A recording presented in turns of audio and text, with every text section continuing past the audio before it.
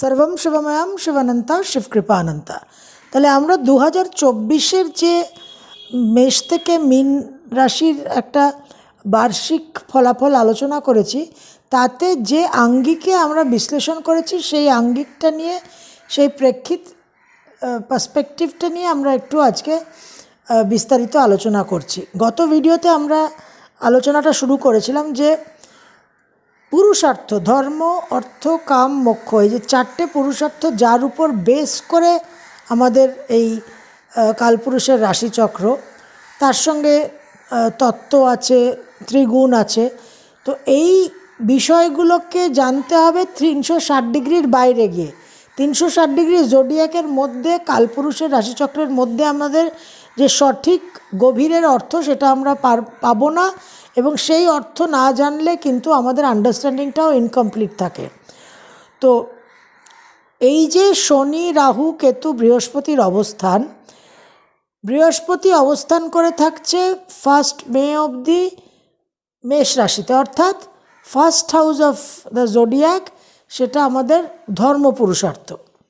এবং বৃহস্পতির সঙ্গে মঙ্গলের একটা ক্ষেত্র বিনিময় থাকছে। 1 জানুয়ারি মঙ্গল রবি থাকছে ধনু রাশিতে, বৃহস্পতি মেষ রাশিতে, চন্দ্র থাকছে সিংহ রাশিতে। অর্থাৎ বছরের প্রথম দিন যে এমার্জিং ওপেনিং যে এনার্জিটা, তাতে কিন্তু ধর্ম পুরুষার্থ ভীষণভাবে স্ট্রং, ভারী, হেভি। সুতরাং মূল প্রকৃতির যে বার্তা সেটা ভেরি ভেরি ক্লিয়ার, যে 2024-এ ধর্ম পুরুষার্থকে কিন্তু বিশেষ গুরুত্ব দিতে হবে। এবং 2024 নিউমেরোলজিক্যালি যেহেতু স্যাটার্ন, এবং স্যাটার্নও ধর্মেরই গ্রহ, সুতরাং ধর্ম পুরুষার্থকে বুঝে অ্যাকর্ডিংলি আমাদের চলতে হবে। মেষ থেকে মীন বহু রাশিলগ্নকে আমি কিছু সেলফ ইমপ্রুভমেন্ট, কিছু আপগ্রেডেশনের অ্যাডভাইস দিয়েছি। তো এই সেলফ ইমপ্রুভমেন্ট, এই আপগ্রেডেশনই কিন্তু আমাদের ধর্ম পুরুষার্থ। কারণ ধর্মই সেই বৈশিষ্ট্য, সেই উপাদান যেটা মানুষকে পশু থেকে শুধু পৃথক করছে না, লেভেলটাকেও কিন্তু তুলে দিচ্ছে, অধিকো বিশেষ।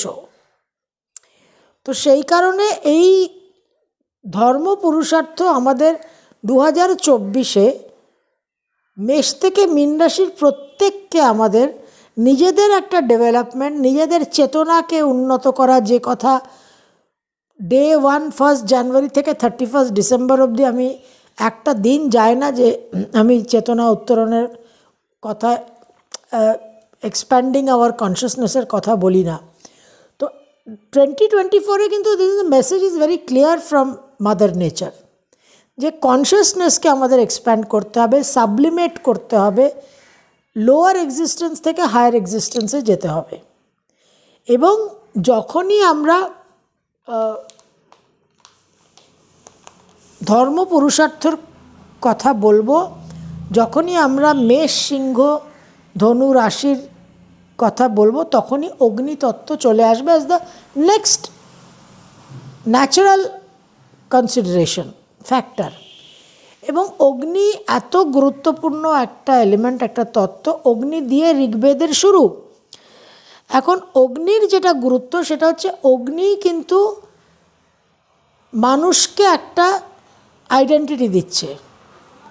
প্রাচীন যুগে, একদম প্রিমিটিভ টাইমসে যখন প্রথম অগ্নি আবিষ্কার হলো, তখন মানুষ যে আগুন জ্বালিয়ে চারপাশে বসতো, অগ্নি মানেই সেখানে মানুষের একটা অস্তিত্ব আছে।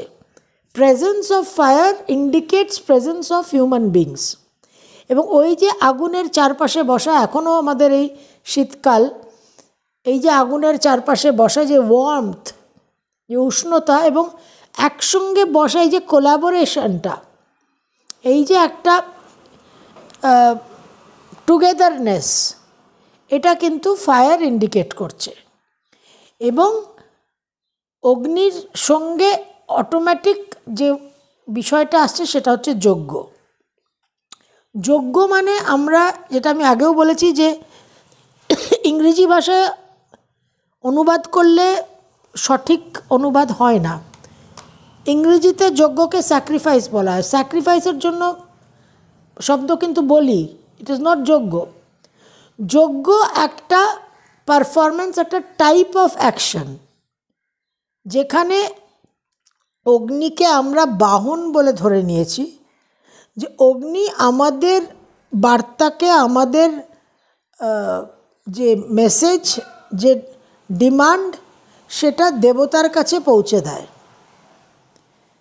তো দেবতা আমার সেই ডিমান্ডকে প্রাপ্ত হয়ে জানতে পেরে আমার ডিমান্ডকে সে ফুলফিল করে, সাপ্লাই। তো এটা একটা ডিমান্ড সাপ্লাইয়ের মতো একটা চেন। একটা যজমান থাকবে, একটা দেবতা থাকবে। তো এই যে ট্রানজ্যাকশন, আমরা আহুতি দিই, সোহা, ভেরি ভেরি ইম্পর্ট্যান্ট। এখন এই যে সোহা শব্দ, সোহা মানে হচ্ছে একটা, আমি যে কোনো যে বস্তুটা দিয়ে, যে দ্রব্য, যে হবন সামগ্রী দিয়ে আমি সোহা করলাম, সেটা আমি অগ্নিকে প্রদান দিয়ে দিলাম, দান করে দিলাম। সো আই গিভ আপ, আমি একটা জিনিস নিজের ত্যাগ করছি। তো এই সোহার যে বিষয়টা, অর্থাৎ এই যে চাণক্য বলছেন যে অধিকো বিশেষ, ধর্ম যে একটা সামথিং এক্সট্রা অ্যান্ড হায়ার, সেখানে এই যে সোহা বলে এই যে আহুতি প্রদান করা, অর্থাৎ আমি একটা জায়গায় নিজেকে, নিজের কিছু জিনিস সমর্পণ করছি, এই যে সারেন্ডার, সোহা মানে সারেন্ডার। তো এই সারেন্ডারের যে ইম্পর্টেন্সটা, এটাও কিন্তু 2024-এ it is very very important. এবং যজ্ঞ মানেই আরেকটা, এই যে দেবতা আর যজমানের যে লেনদেনটা, যে ট্রানজ্যাকশন, দিস এক্সচেঞ্জ, অর্থাৎ আমার social, man is a social animal. তো আমার প্রতিনিয়ত আরেকজনের সঙ্গে কানেকশন, ট্রানজ্যাকশন, এক্সচেঞ্জ, লেনদেন হচ্ছে। সেখানে আমি যজমানের মতো অপর দিকে যে মানুষ আছে, আমি যদি লগ্ন, তাহলে সে সপ্তম, তাহলে সপ্তমের যে অবস্থান করে আছে, তাকে আমি দেবতার মতো ট্রিটমেন্ট করছি, তাকে আমি শ্রদ্ধা, ভক্তি, রেসপেক্ট অ্যান্ড রেভারেন্স দিয়ে ট্রিটমেন্ট করছি, যেটা অ্যানিমাল কিংডমের জঙ্গল, ল অফ দ্য জঙ্গলে নেই। জঙ্গলে ভয়, ভীতি, দুর্বল প্রাণী আরও শক্তিশালী প্রাণীকে ভয় পায়, রেসপেক্ট করে না। এটাও একটা মৎস্য ন্যায় আর মানব সমাজের মধ্যে পার্থক্য। তো ধর্ম পুরুষার্থের মধ্যে কিন্তু আমরা এই রেসপেক্ট ফর দি আদার, এটা কিন্তু বিশেষভাবে আমাদের যে শাস্ত্র, সেই শাস্ত্রে আমরা এই জিনিসটা, এই বিষয়টা পাচ্ছি। এই যে আমাদের নিত্যকর্ম, এই যে আমাদের নৈমিত্তিক কর্ম, এই যে আমাদের কাম্যকর্ম, তো এই সমস্ত কর্মের মধ্যে অন্য মানুষ যে আছে, দি আদার, যে পঞ্চযজ্ঞ, ভূতযজ্ঞ, ভূতযজ্ঞ, ব্রহ্মযজ্ঞ, অতিথিযজ্ঞ, এই যে জায়গাগুলো, যে অন্য মানুষকে যে রেফারেন্স, যে রেসপেক্ট দেওয়া, যেটা পশু জগতে নেই, এই কোয়ালিটিসগুলো, এই বিহেভিয়ারিয়াল প্যাটার্নগুলোকে আমাদের প্রয়োগ করতে হবে, সবসময়ই করতে হবে। 2024-এ এটা বিশেষভাবে মূল প্রকৃতি বার্তা দিচ্ছে। গত ভিডিওতে আলোচনা করেছিলাম যে ভগবান নারায়ণ যে অবতার নিচ্ছেন, তিনি ধর্মকে স্থাপন করার জন্য, যেখানে অধর্ম যখন বৃদ্ধি পাচ্ছে, তখন তিনি আবার ধর্মকে রেস্টোর করার জন্য তিনি অবতার রূপ নিচ্ছেন, অবতরণ করছেন পৃথিবীতে। তাহলে এই যে অধর্ম আর ধর্ম, অর্থাৎ মানুষ অ্যানিমাল, পশু স্তরে নেমে যাচ্ছে, sliding back, slip sliding back, মানুষকে আবার হায়ার লেভেলে নিয়ে আসা, মানুষকে আবার সেই reverence, respect, consideration for the other, empathy, সহানুভূতি, সংবেদনশীলতা, যজমান হয়ে অপরকে দেবতা, সবসময় ট্রানজ্যাকশন হচ্ছে। অ্যানিমাল ওয়ার্ল্ডে কী হচ্ছে? অ্যানিমাল ওয়ার্ল্ডে বাঘ গিয়ে হরিণকে বলছে না আমি তোকে খাবো, এনে তোকে আমি 500 টাকা দিলাম, তোর দাম 500 টাকা, তোকে আমি 500 টাকা দিলাম, তোকে আমি খাবো, বা তোর শিশুটাকে আমি, তোর শাবককে নিয়ে যাচ্ছি তাকে খাবো, তার দাম হচ্ছে 500 টাকা, আমি 500 টাকা। নো, বাঘ গিয়ে তাকে আক্রমণ করে তাকে খেয়ে ফেলছে। বাঘের পশু জগতে যেটা লক্ষ্য, অর্থাৎ খাদ্য, সেটা সে আক্রমণ করে জোর জবরদস্তি, সে একটা জোর প্রয়োগ করে সে অর্জন করছে। মানব সমাজে কি হচ্ছে না, সেখানে এই আক্রমণ করে জোর করে সে অর্জন করছে না, সে একটা ট্রানজ্যাকশনের মধ্যে যাচ্ছে। যজমানের কাছে যা আছে সেটা সে আহুতি দিয়ে দেবতার কাছে তার ইচ্ছা পূরণের কামনা বাসনার বার্তাটা সে পাঠাচ্ছে। কিন্তু এখন মডার্ন ওয়ার্ল্ডে, আধুনিক যুগে মার্কেট প্লেসটা কিন্তু একটা অ্যানিমালিস্টিক গ্র্যাবিং অ্যাগ্রেশনের জায়গা তৈরি হয়েছে, প্রফিট ড্রিভেন। এই যে প্রফিট ড্রিভেন ক্যাপিটালিস্টিক মার্কেট নিয়ে, ক্যাপিটাল মার্কেট নিয়ে, পোস্ট কলোনিয়ালিজম নিয়ে যে এত চর্চা, সেটা কিন্তু এই animal world, law of the জঙ্গলের সঙ্গেই তুলনা করা হয়।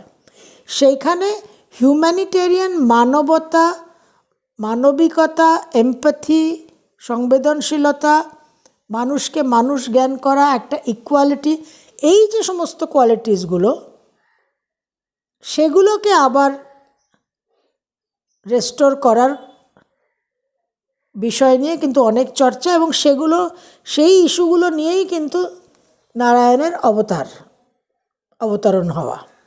তো 2024-এ that is very very important, যে আমরা আক্রমণ করে, অ্যাগ্রেশনের মাধ্যমে, হিংস্র আচরণের মাধ্যমে পশু সুলভ যে আমাদের প্রকৃতি, সেই প্রকৃতি থেকে নিজেদের বার করে এনে, মুক্ত করে একটা মানবিকতার সঙ্গে হিউম্যান নেচারকে আমাদের অবলম্বন করে চলে। That is very very important. সেই আপগ্রেডটা, এসেনশিয়ালি সেই আপগ্রেড, এবার তার উপরে আমি কোনো সার্টিফিকেশন করলাম, কোনো কোর্স করলাম, কোনো ল্যাঙ্গুয়েজ শিখলাম, কোনো স্কিল ডেভেলপমেন্ট করলাম, সেটা হচ্ছে তার উপরে আরও অ্যাডিশন। তো বৃহস্পতি মেষে থাকছে, এবং মেষে থাকছে 1 মে অবধি, এবং ওপেনিং যে ইনফ্লুয়েন্সটা, সেখানে সিংহ আর ধনুও অকুপাইড। রাহু থাকছে মীন রাশিতে, অর্থাৎ কালপুরুষের দ্বাদশ ভাব মোক্ষ। এই মোক্ষ নিয়ে আমি খুব সংক্ষেপে আলোচনা করেছি রাশির যে বার্ষিক ফলে। আজকে একটু প্রপারলি আলোচনা করে দিই যাতে আপনারা বুঝতে পারেন। মোক্ষ মানে কি? মোক্ষ কিন্তু পরম পুরুষার্থ, ইজ দ্য হাইয়েস্ট আইডিয়াল, শ্রেষ্ঠ পুরুষার্থ।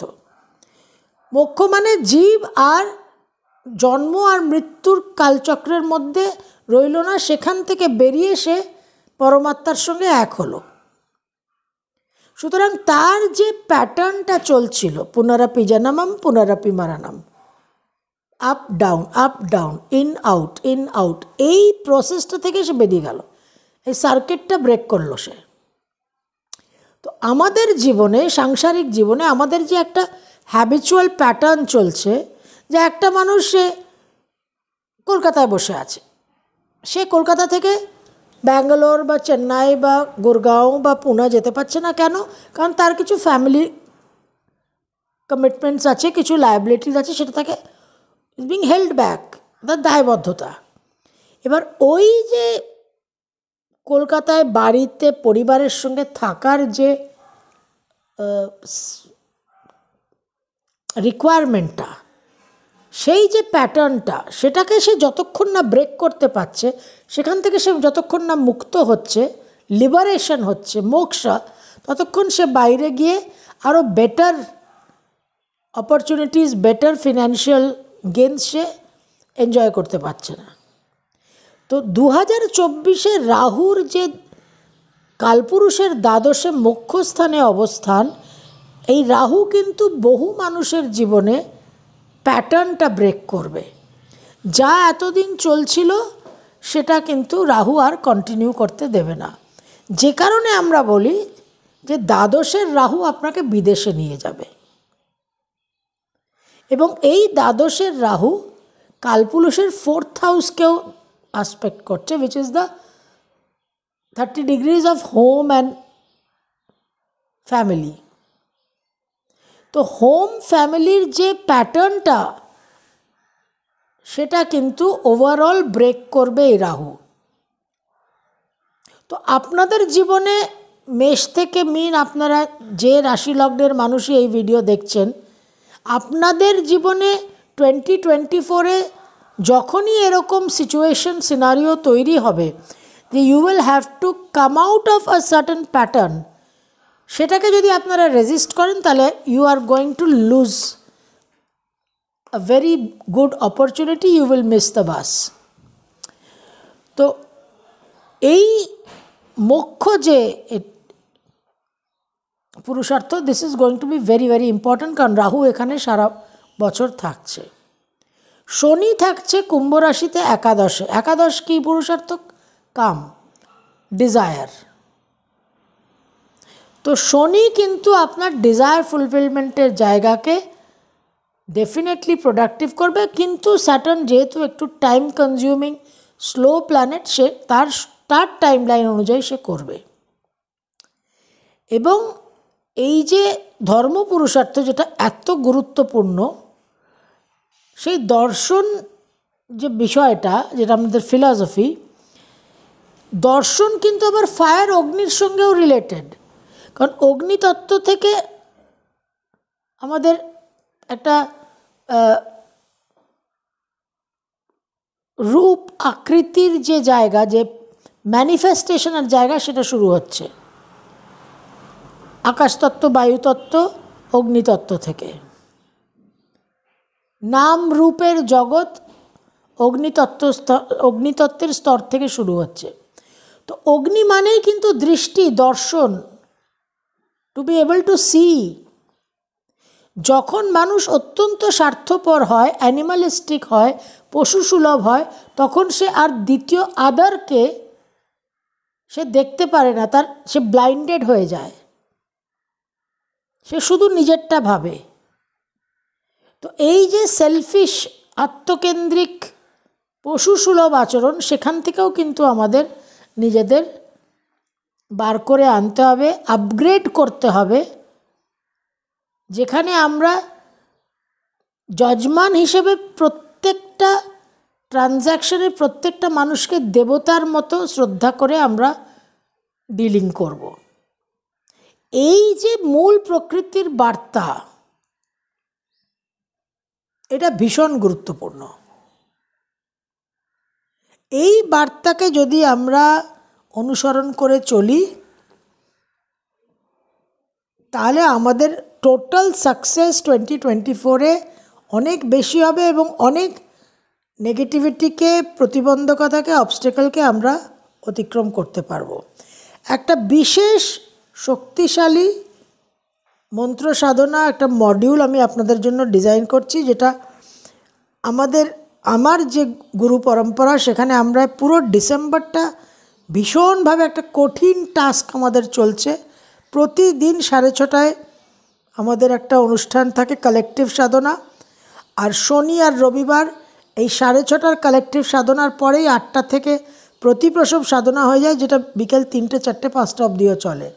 তো December is a very tough month, একেবারে সত্যি তপস্যা বলতে যা বোঝায় আমাদের সেই সময়ই চলছে।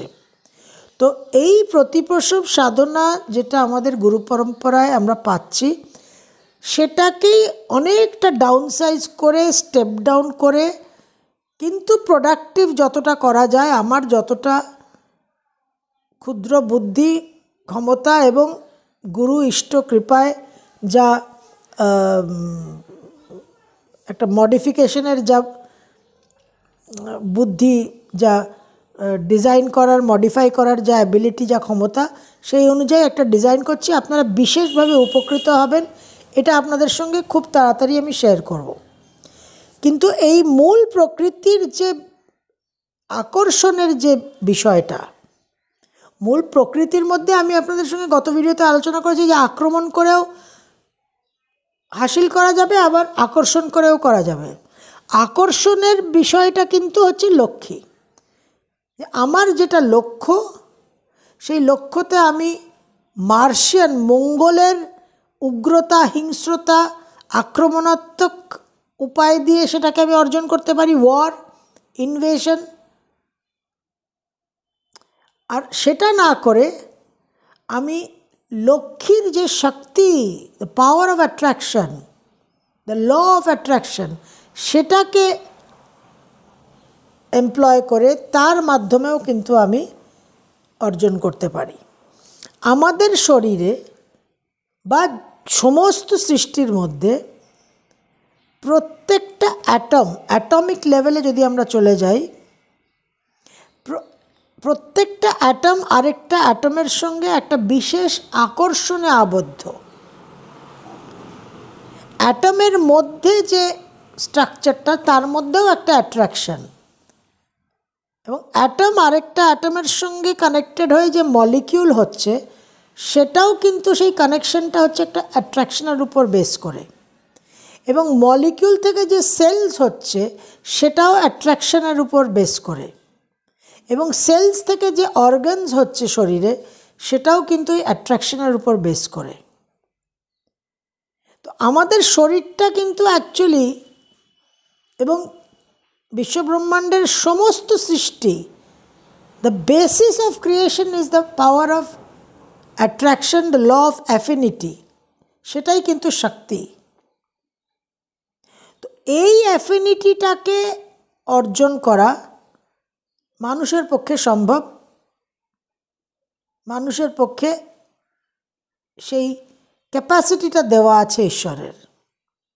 সেটা আমরা মন্ত্র সাধনার মাধ্যমে, তপস্যার মাধ্যমে, যে তপবল বলতে আমরা যেটা বুঝি, that is that power of attraction, power of affinity.